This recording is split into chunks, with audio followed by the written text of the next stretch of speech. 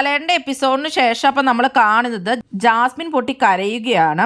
Jasmine ഗബ്രിയുടെ ഫോട്ടോയും പിടിച്ചോണ്ടാണ് പൊട്ടി കരയുന്നത്. ജാസ്മിൻ കുറച്ചു നേരം പുറത്ത് തന്നെ ഇരിക്കുന്നുണ്ട്. അപ്പൊ ഗബ്രി നിന്റെ ചിരി എന്നൊക്കെ പറയുന്നുണ്ട്. അത് കഴിഞ്ഞിട്ട് ജാസ്മിൻ പൊട്ടി കരയുകയാണ്. അത് കഴിഞ്ഞ റൂമിൽ വന്ന് ജാസ്മിന്റെയും ഗബ്രിയുടെയും ഫോട്ടോ എടുത്തുകൊണ്ട് പോയിട്ട് കട്ടിലേക്ക് ഇടുന്നിട്ട് ഗബ്രിയുടെ ഫോട്ടോ നോക്കിക്കൊണ്ടിരിക്കുകയാണ്. അത് കഴിഞ്ഞിട്ട് ഭയങ്കര കരച്ചിലൊക്കെയാണ്. ജാസ്മിനും ഗബ്രിയുടെയും ഫോട്ടോയും പിടിച്ചോണ്ടായിട്ട് ജാസ്മിൻ അങ്ങനെ കിടക്കുകയാണ്. ഫുഡൊന്നും കഴിക്കാതെയാണ് ജാസ്മിൻ കിടക്കുന്നത്. അത് കഴിഞ്ഞിട്ട് റസ്മി വന്നിട്ട് വിളിക്കുന്നുണ്ട്.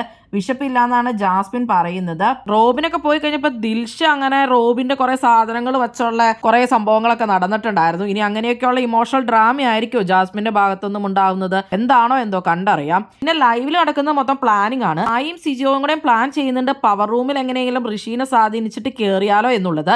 ഗബ്രി പവർ റൂമിൽ നിന്ന് പോയിട്ട് ഔട്ട് ആയല്ലോ, ഒരു കാരണം അതുണ്ടാവും. പിന്നെ വേറൊരു കാരണം മെയിൻ ആയിട്ട് ഇവർക്ക് ശ്രീരേഖേനെയും ശരണ്യനെയും നന്ദനെയും ഒക്കെ പുറത്തു കൊണ്ടുവരണം എന്നുണ്ട്. അപ്പൊ അതാണ് ഇവരുടെ പ്ലാന്. പക്ഷെ ഋഷിയുടെ പ്ലാൻ വേറെയാണ്.